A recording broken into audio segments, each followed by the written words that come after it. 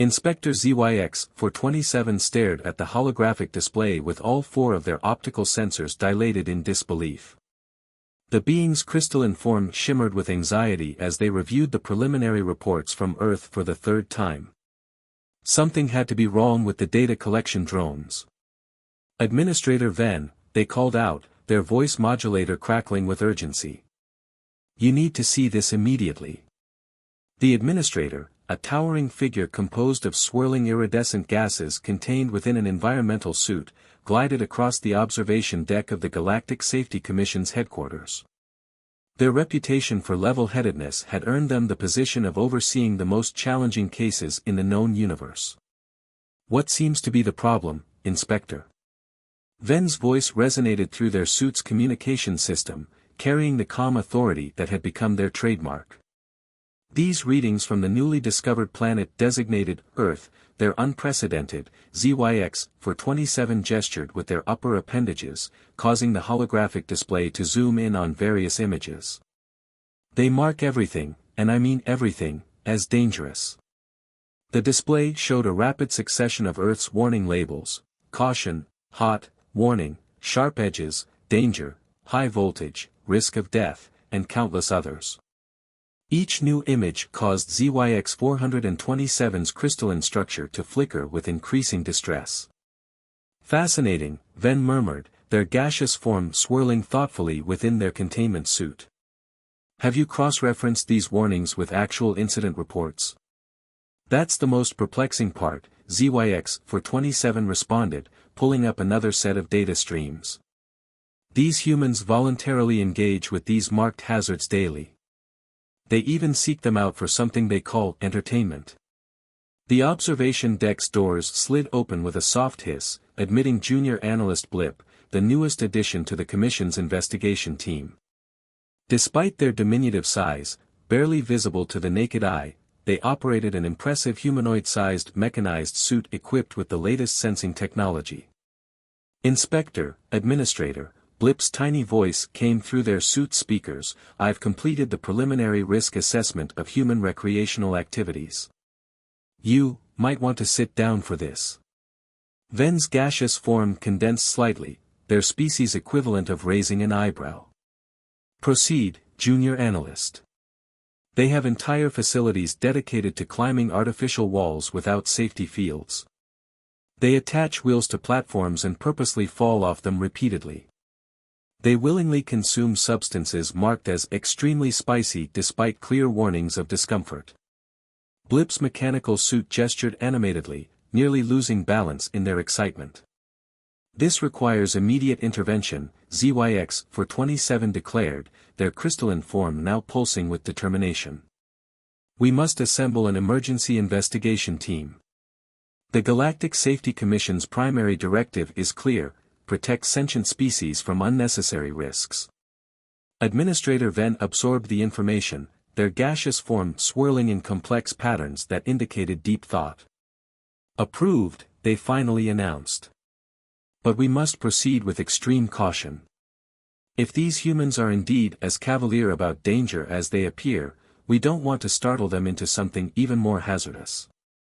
The next several hours were a flurry of activity as the investigation team prepared for their mission. ZYX-427 meticulously reviewed Earth's atmospheric composition, gravity parameters, and electromagnetic fields, ensuring their protective equipment could handle what they now considered the most dangerous environment in the known galaxy. Junior Analyst Blip's mechanical suit received additional reinforcement, including 17 new types of warning labels in various Earth languages. The irony of this was not lost on the team. As they boarded their inspection vessel, Administrator Ven delivered their final briefing. Remember, team, our mission is to observe and understand. These humans have somehow survived despite their apparent disregard for safety protocols. There must be a logical explanation. The ship's computer announced their departure clearance, its artificial voice adding helpfully, warning, space travel may be hazardous to your health. ZYX-427's crystalline form flickered in what might have been the alien equivalent of an eye roll. Even our ships have caught the warning label fever, they muttered. As their vessel entered hyperspace, none of them noticed the small warning label on their ship's coffee maker, a standard-issue device in all galactic vessels, which read in tiny print, "Caution, contents hot." The investigation team's first glimpse of Earth came through their ship's observation windows as they entered the planet's atmosphere under the cover of night. They had chosen a small town in the American Midwest for their initial landing, reasoning that a less populated area would allow for more discreet observation. Preliminary scans complete, Blip announced, their mechanical suit sensors working overtime. "I'm detecting thousands of warning labels within a 10-kilometer radius alone." "By the Great Safety Manual," ZYX-427 whispered, their crystalline structure dimming with concern. "How do they live like this?" Their ship touched down in an empty parking lot behind what appeared to be a 24-hour fitness center, a concept that would later cause ZYX-427 to spend hours writing increasingly confused reports about humans deliberately exhausting themselves at all hours of the day. As dawn approached, they prepared to begin their investigation, unaware that they were about to embark on a mission that would challenge everything they thought they knew about safety, danger, and the peculiar species that seemed to thrive on walking the line between the two. The Warning Label Investigation. Dawn broke over the Midwest town just as Inspector ZYX-427's team began their first field observation. Their target, the local amusement park, Thrillville Adventures, which their preliminary scans had identified as a concerning concentration of warning labels and apparent danger-seeking behavior. According to the entrance sign, Blip reported from within their mechanical suit, this facility's primary purpose is to induce something called screams of joy through various mechanical devices designed to simulate near-death experiences. ZYX-427's crystalline form flickered with distress. Purposely inducing screams? For joy. Administrator Ven, this requires immediate documentation. The park hadn't opened yet, but maintenance crews were already testing the rides. The aliens watched in horror as a roller coaster train climbed a steep incline, paused dramatically at the top, then plunged down at frightening speeds, its empty cars screaming along the track. Great galaxies, Ven's gaseous form swirled agitatedly inside their containment suit.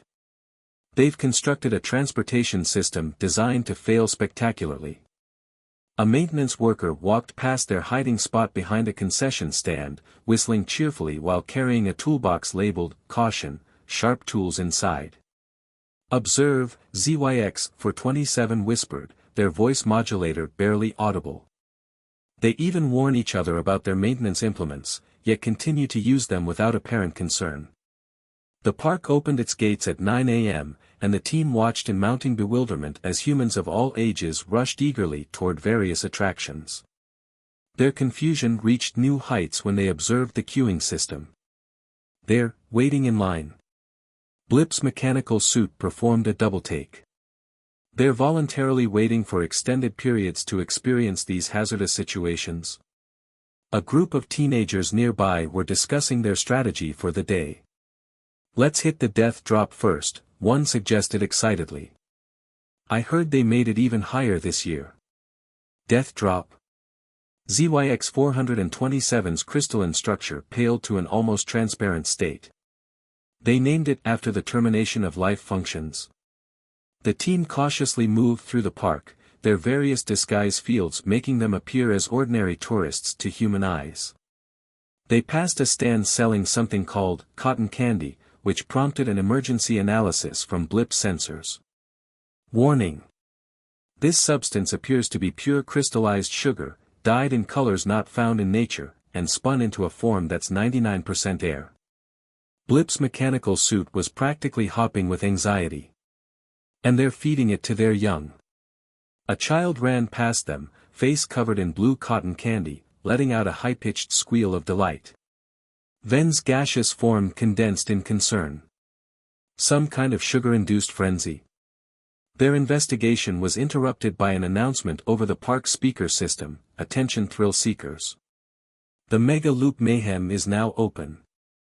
Come experience our newest coaster with 12 inversions and speeds up to 85 miles per hour." The resulting rush of excited humans toward the new attraction caused ZYX for 27 to emit a high-pitched frequency of distress that accidentally set off several nearby car alarms. They're running toward it. Blip's sensors were working overtime. The announcement literally contained the word mayhem. The team found themselves swept along with the crowd, ending up near the ride's entrance. A large sign displayed warnings about height requirements, health conditions, and loose articles, accompanied by pictograms showing various potential scenarios that made ZYX427's crystalline structure vibrate with anxiety.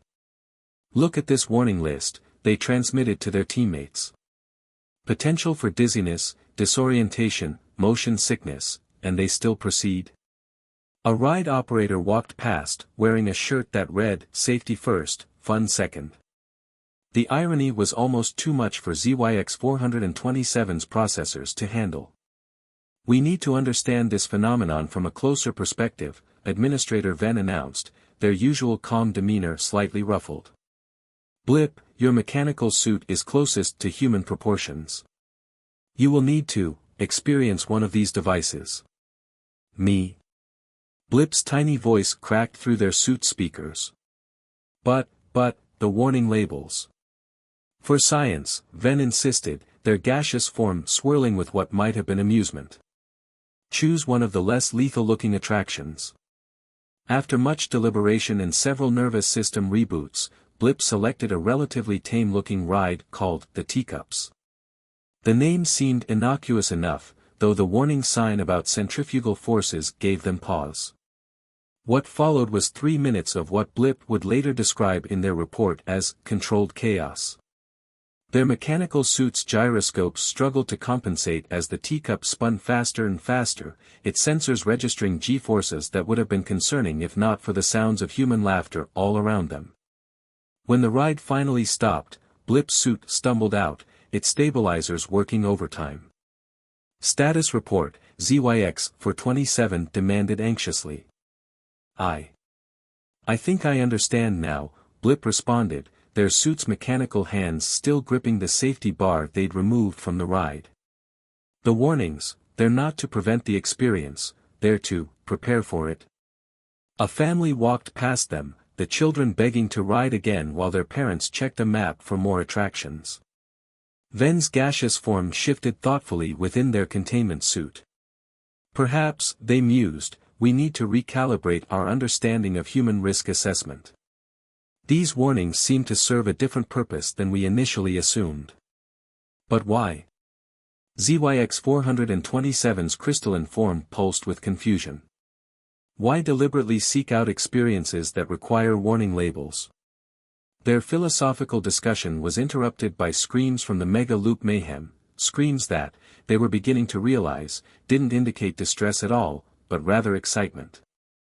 "Update report status," ZYX427 sighed, their voice modulator carrying a note of resignation. "Day 1 observations suggest humans not only tolerate but actively seek out controlled risk scenarios for recreational purposes. Further investigation needed to understand the psychological implications of this behavior."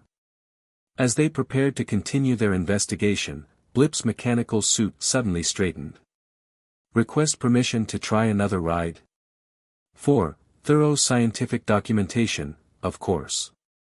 Venn and ZYX427 exchanged what might have been looks of surprise, if their alien physiologies had allowed for such expressions. Had their junior analyst just voluntarily requested to experience another warning label-worthy attraction? "The humans," Venn observed quietly, "may be more influential than we anticipated." Dangerous daily life. After their perplexing experience at the amusement park, the investigation team decided to observe human behavior in what their research indicated was a more typical setting, a suburban neighborhood on a Saturday morning. They hadn't expected the ordinary to be even more baffling than the extraordinary. Inspector ZYX427 watched through their camouflage field as a human emerged from their dwelling, carrying a device that made their crystalline structure vibrate with alarm. "Administrator Venn," they transmitted urgently, "that human is wielding a rotating blade apparatus." Scanning, Blip's mechanical suit hummed quietly. "It appears to be designated as a lawn mower." Warning label indicates danger of flying debris, sharp blades, and hot surfaces. Yet the human is, maintaining their decorative grass patch with it. The neighbor across the street waved cheerfully at the lawn-mowing human. "Hey Frank. Beautiful day for yard work." These humans acknowledge each other while operating hazardous equipment. Ven's gaseous form churned with confusion. Their casualness about danger continues to defy explanation. Their observations were interrupted by a high-pitched whirring sound from another house.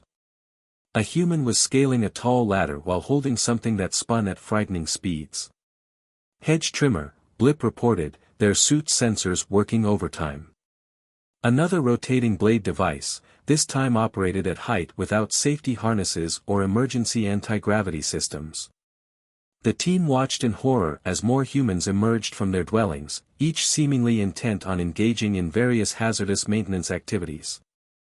One began pressure washing their driveway, the high-powered water jet making ZYX-427's crystalline form shudder. The warnings on that device mentioned potential skin lacerations, they noted, their voice modulator quavering. Yet they pointed at their own walking surfaces. A young human zoomed past on a bicycle, causing Blip's mechanical suit to nearly short-circuit. No protective force field. Minimal impact cushioning. Only a small helmet standing between them and catastrophic cranial damage. "Remember our mission," Ven cautioned, though their gaseous form was swirling agitatedly. "We must understand their risk assessment protocols." The team moved down the street, documenting each new example of casual danger encounters. They passed a garage where a human was working on their vehicle, surrounded by containers marked with warnings about toxicity, flammability, and corrosion. They performed their own vehicle maintenance. ZYX-427 transmitted incredulously. Without professional certification or hazmat protocols. The human reached for something called WD-40, pointing it at a squeaky hinge. The spray made Blip's sensors go haywire. Multiple warning labels detected. Pressurized container. Harmful if inhaled. Yet they use it without protective breathing apparatus. Their attention was drawn to a nearby backyard where humans were gathering around a device that seemed designed to produce controlled fire. "What is this ritual?" Ven asked, their containment suit sensors extending for better analysis. "According to my database, it's called a barbecue," Blip reported. They deliberately expose food to open flame, despite warnings about fire hazards and burn risks. The humans around the grill were laughing and chatting, seemingly unconcerned about the flames mere inches from their hands. One of them was wearing an apron that read, "Danger, man cooking." They make humorous garments about the dangers. ZYX-427's crystalline structure flickered in disbelief. Their observations were interrupted by a new sound, a rhythmic pounding from another house. Investigation revealed a human on their roof, using a device to embed sharp metal objects into the surface. "Hammer and nails," Blip explained, their mechanical suit's knowledge bank accessing the information. Warning labels mention potential crushing injuries and penetrating trauma. They secure their dwelling coverings by repeatedly striking pointed metal with blunt force. Ven's gaseous form condensed in shock. Without automated precision systems, the day continued to provide examples of what the team considered increasingly reckless behavior. They watched humans operating sharp-bladed kitchen devices while engaged in casual conversation. Climbing ladders to clean rain gutters without safety tethers. Using electrical devices near water, the sight of a hairdryer's warning label about bathroom use nearly caused ZYX-427 to crystallize completely. Handling cleaning products marked with multiple hazard symbols. Allowing small humans, children, their database supplied, to operate scooters and skateboards with minimal protection. By late afternoon, the team had retreated to their ship to compile their findings. The ship's computer was struggling to categorize the sheer volume of warning labels they documented. Initial analysis suggests, Blip began, their mechanical suit still trembling slightly from the day's observations, that humans have integrated hazardous activities into their basic existence to such an extent that they've developed a sophisticated system of warning labels to manage rather than avoid risks. But why? ZYX 427's crystalline form pulsed with frustration. Their technology is advanced enough to automate most of these dangerous tasks. Why continue to perform them manually? Administrator Venn had been unusually quiet, their gaseous form swirling in complex patterns that indicated deep thought. Perhaps, they finally suggested, we're approaching this from the wrong perspective. These warnings don't seem to be prohibitions so much as guidelines. The team's discussion was interrupted by a notification from their ship's coffee maker. Caution, hot beverage preparation cycle complete. Blip's mechanical suit straightened suddenly. Wait, we have warning labels on our own equipment. That's different, ZYX 427 protested, their crystalline structure flickering defensively. Those are necessary safety protocols for. They trailed off as realization began to dawn. Around them, their ship's various displays showed numerous warning indicators, status cautions, and safety alerts, all of which they handled routinely as part of their daily operations. Could it be, Venn mused, their gaseous form shifting thoughtfully, that we're not so different after all? Perhaps the humans have simply expanded their comfort zone for managing risks? Before anyone could respond, they were startled by an explosion of noise from outside. Rushing to the observation windows, they watched as multicolored bursts of light filled the sky. Fireworks, Blip's database supplied helpfully. Warning labels include fire hazards, explosion risks, and potential for severe burns. They watched as humans gathered in their yards, faces upturned to the display, expressions filled with wonder rather than fear. Update mission status, ZYX 427 transmitted, their voice modulator carrying a note of bewilderment. Day 2 observations indicate humans have developed a complex relationship with danger that defies our standard risk assessment protocols. They appear to view warning labels not as barriers but as user manuals for engaging with calculated risks. As if to punctuate their report, a child's voice carried clearly through the night, "Can we light another one, Dad? Please." The resulting shower of sparks caused all three aliens to reflexively check their own warning labels, wondering if perhaps they had more to learn from these remarkable humans than they'd initially thought. The safety intervention. After 3 days of increasingly concerning observations, Inspector ZYX 427 made the decision that shook the Galactic Safety Commission to its bureaucratic core: immediate intervention was necessary to save humans from themselves. "We can no longer stand by and observe," they declared, their crystalline form pulsing with determination. "These humans require our superior safety protocols before they accidentally eliminate their entire species." Administrator Venn's gaseous form swirled uncertainly within their containment suit. "Perhaps we should consult with headquarters first." "There's no time." ZYX 427's structure flickered urgently. "I've just detected plans for something called a monster truck rally, where they intentionally crash enormous vehicles for entertainment." The team chose the local community center as their point of first contact, reasoning that its designation as a public gathering space made it ideal for their safety awareness campaign. They disabled their camouflage fields, revealing their true forms to the startled morning yoga class. "Attention, humans!" ZYX 427 announced, their voice modulator set to maximum authority. "We are representatives of the Galactic Safety Commission, here to save you from your dangerously cavalier lifestyle." The yoga instructor, a remarkably composed woman named Patricia, merely adjusted her pose and said, "Wonderful. Would you like to join us? Though I should warn you about potential muscle strain." "Warning noted." Blip's mechanical suit announced, automatically adding it to their database. "But you misunderstand, we're here to help you eliminate all unnecessary risks from your daily activities."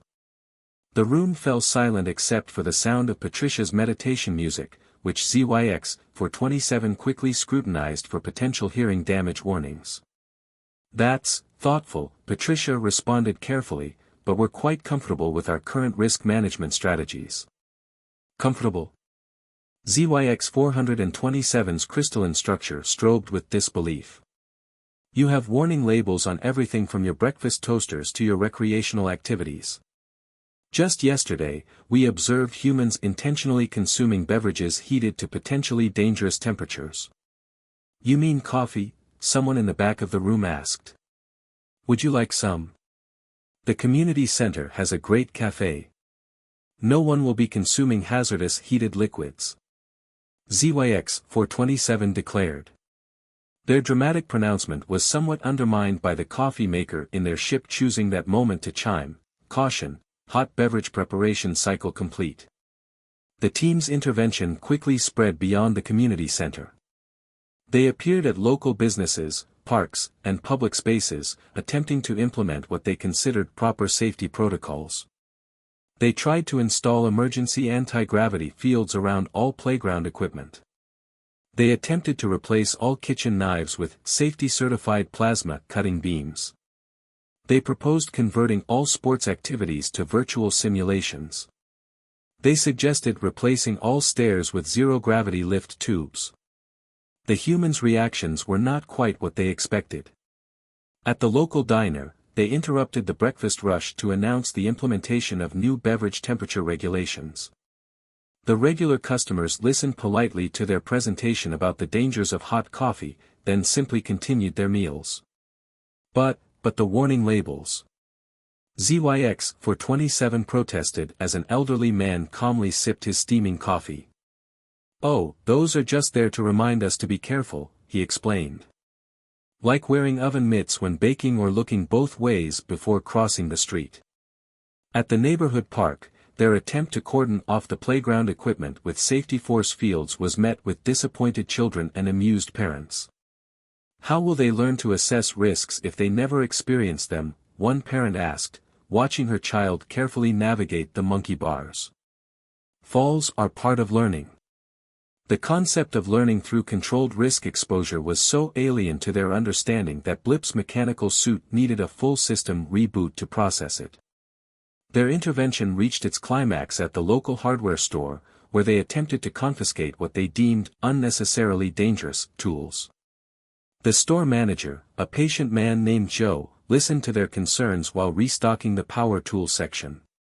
"I appreciate your concern," he said, adding a warning label to a new shipment of circular saws, "but these tools aren't dangerous when used properly. That's why we have instruction manuals, safety guides, and yes, warning labels. But the potential for injury." ZYX 427's crystalline form flickered rapidly. The warning labels clearly state dash. "They state the risks so we can manage them," Joe interrupted gently. "Not so we can avoid living our lives." Administrator Venn, who had been unusually quiet during the intervention attempts, suddenly spoke up. "These warnings, they're not expressions of prohibition, are they? They're educational tools." The team's revelation was interrupted by the arrival of several government vehicles. Word of their intervention had finally reached higher authorities. As they watched the vehicles approach, Blip's mechanical suit detected something surprising. "Inspector," they reported, "I'm scanning multiple warning labels on their vehicles. Airbag warnings, seatbelt requirements, fuel handling precautions. Even their emergency response vehicles have warning labels." ZYX 427 mused, their crystalline structure taking on a more contemplative pattern. Yet they continue to perform their duties effectively. The local police chief, Sheriff Williams, approached them with remarkably little concern for their alien appearance. "Folks, I understand you're worried about our safety, but perhaps we should have a conversation about risk management versus risk elimination." As they were escorted to a conference room for what would become a fascinating discussion about human approaches to safety, ZYX 427 transmitted a quick update to their mission log. Preliminary intervention attempts have revealed unexpected complexity in human risk management strategies. Their warning labels appear to serve as educational tools rather than prohibitive measures. Most surprisingly, humans seem to have developed a sophisticated understanding of the balance between safety and functionality. Later, as they sat in the conference room watching a presentation about human safety education and risk assessment, Blip leaned their mechanical suit toward Ven and whispered, "Should we tell them about the warning label on our ship's coffee maker?" "Perhaps," Ven replied, their gaseous form swirling with what might have been amusement. "We all have something to learn about managing risks rather than avoiding them entirely." Meanwhile, ZYX-427 was starting to wonder if perhaps the Galactic Safety Commission's approach to warning labels needed some serious reconsideration. After all, if humans could learn to thrive while acknowledging and managing risks, maybe there was more to safety than simply avoiding all potential dangers. Understanding Earth's ways. The final day of the investigation team's mission on Earth began with an unexpected invitation. Sheriff Williams had suggested they observe a local school's safety education class, arguing it would help them understand how humans approached risk management from an early age. Inspector ZYX-427, Administrator Ven, and Junior Analyst Blip sat at the back of the classroom, their presence causing considerably less excitement than they'd expected. The children seemed more interested in their safety demonstration than their alien physiology. "Today," announced the teacher, Mrs. Harrison, "we're learning about laboratory safety and the scientific method." "Excellent." ZYX-427's crystalline form brightened. Finally, proper safety protocols. But what they witnessed was not the rigid, risk-free environment they'd anticipated. Instead, they watched as the children learned to handle basic lab equipment, complete with safety goggles and proper procedures. Rather than being prohibited from potentially dangerous activities, they were being taught how to manage risks effectively. "Remember," Mrs. Harrison explained as she demonstrated a simple chemical reaction, "we wear safety goggles not because this experiment is incredibly dangerous, but because it's smart to protect our eyes whenever we're working with chemicals." Fascinating, Ven's gaseous form swirled thoughtfully. They're teaching risk management rather than risk avoidance. The lesson continued with a fire safety demonstration. The children weren't simply told to avoid fire, they were taught how to use fire extinguishers, how to check smoke detectors, and what to do in emergencies. "Notice," Blip transmitted to their teammates, their mechanical suit sensors recording everything, "they're not installing force fields or banning combustion. They're adapting to coexist with potential dangers." Their education in human risk management continued throughout the day. They visited a driving school where teenagers were learning to operate vehicles safely rather than avoiding transportation altogether. They observed a cooking class where students learned knife skills while wearing cut-resistant gloves. Each activity came with warnings and safety measures, but none prevented the activity itself. The revelation truly hit home when they visited the local fire station. Chief Rodriguez proudly showed them around, explaining their training procedures and safety protocols. "So," ZYX-427 asked, their voice modulator struggling to process the concept, "you intentionally entered dangerous situations?" "With proper training, equipment, and procedures," Rodriguez confirmed. "We don't ignore the risks, we respect them and prepare for them." "But your warning labels?" Blip's mechanical suit gestured at the numerous safety notices around the station. "Are there to remind us of the risks and proper procedures," Rodriguez explained. "Not to stop us from doing our jobs." The team watched as the firefighters conducted a training exercise, efficiently donning their gear when the alarm sounded. Each piece of equipment had warning labels, yet the humans moved with confident precision. "It's about balance," Rodriguez continued. "We acknowledge the dangers while developing the skills to handle them. That's true for everything from driving a car to operating a microwave." Later that evening, back in their ship, the team prepared their final report to the Galactic Safety Commission. ZYX-427 stared at the blank report template, their crystalline structure reflecting the soft glow of the ship's displays. "How do we explain this to headquarters?" they wondered aloud. "Our entire approach to safety may need reconsideration." "Perhaps," Ven suggested, their gaseous form moving in gentle patterns, "we start by acknowledging that safety isn't about eliminating all risks, but about developing the wisdom to manage them." Blip's mechanical suit was busy analyzing their collected data. Human children display a 43% higher adaptability to risk assessment than our species' young. They learn through controlled exposure rather than complete avoidance. ZYX-427 began their final report. 2. Galactic Safety Commission Central Command. Subject: Earth Investigation Findings. After thorough investigation, we must revise our initial assessment of Earth as an extremely dangerous planet.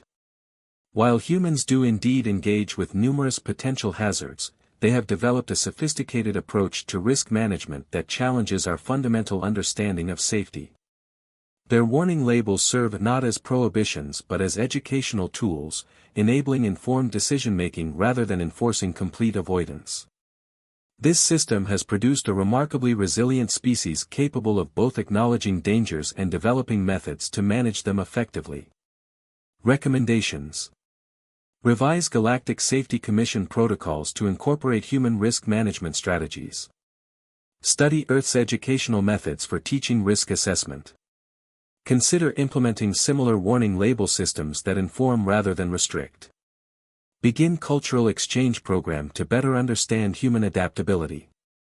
Additional note: investigation team recommends immediate review of our own warning label systems, starting with the coffee maker.